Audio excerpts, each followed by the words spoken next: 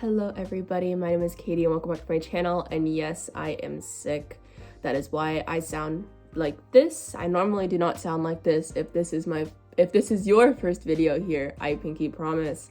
But today's video is going to be a DIY fabric transfer like t-shirt video, and it's just basically going to be me like walking through like some fabric transfer t-shirts that I've made and kind of how I did that, and just walking you through the process. It's a perfect holiday gift. It's customizable. It's handmade. It's very simple. It almost doesn't feel like it, and it doesn't take long at all, so it's a perfect last minute gift.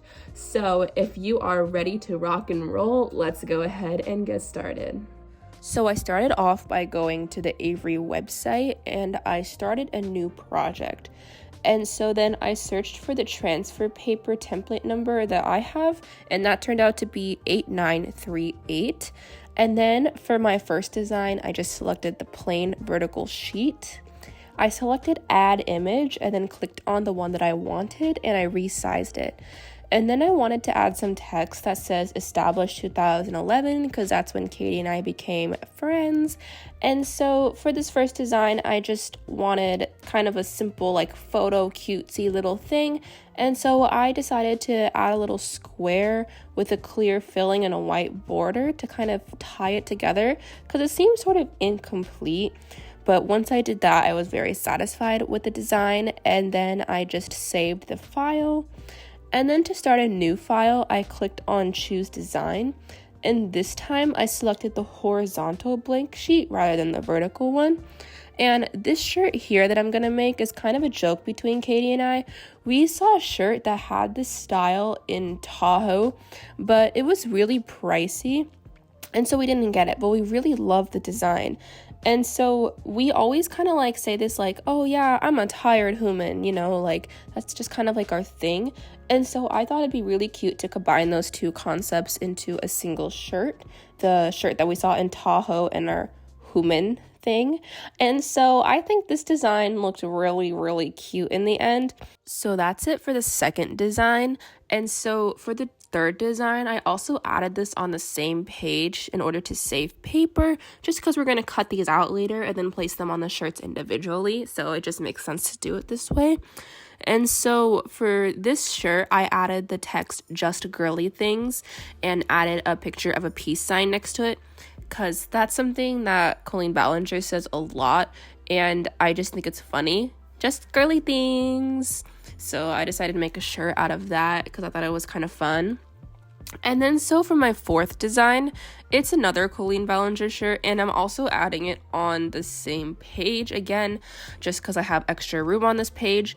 And so I added a PNG of a computer, a picture of a computer that I really liked. I really liked how it was like lines and like, I don't know, I just really liked that photo, so I used it. And then I inserted some hearts on the screen.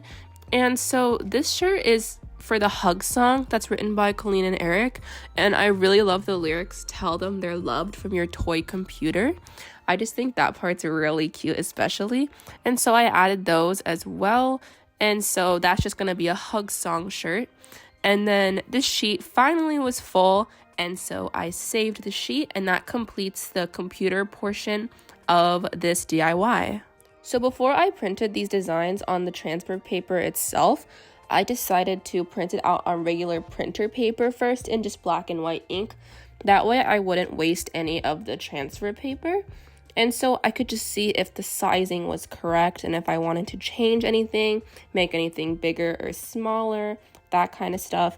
And so I just cut the designs out and I put them on the shirt, and I just kind of played with them just to see what they would look like. And that just boosted my confidence before I actually went out and printed them on the transfer paper in color. Here's the actual transfer paper that I'm using. Make sure to get either light or dark fabric paper depending on what color of material you'll be using. Since I'm using all white t-shirts today, I have the light fabric paper, but just make sure to keep an eye out for that. So here's me printing out all of the designs, and notice that the images are flipped, and that's just so that they'll be the correct way when ironed on, because when you iron it on, you flip it over and then it'll be like the correct orientation. And so now I'm just using my scissors to cut out the designs. I'm not cutting it out too precisely, just so that one, it's easier for me to cut out, and two, it's just a little easier to iron on so you don't have all these little pieces, like little tiny pieces sticking out and such. It's just a nice coherent little blob that you iron on, and that just makes it a little bit easier. Aww, look at little 18-year-old Katie here. Yes, this video was filmed 2 years ago, and I am just getting it up now. But we're gonna ignore that fact. But now I am trying on the t-shirts, and I am marking where I want the designs to be on each shirt. And I'm doing this because designs lay differently when you put them based on if the shirt is on a flat surface or if it's on somebody's body. So now it's finally time to iron on the designs onto the shirts. So I placed them where I wanted them to be, and I used a ruler to make extra sure that they were straight in some cases, and then my dad ironed them on for me. And then the satisfying part, we peeled off the backing to reveal the designs. So glorious. And so here's just a nice little time lapse of us finishing up the rest of the shirts, and then that will literally finish the DIY. It's as simple as that.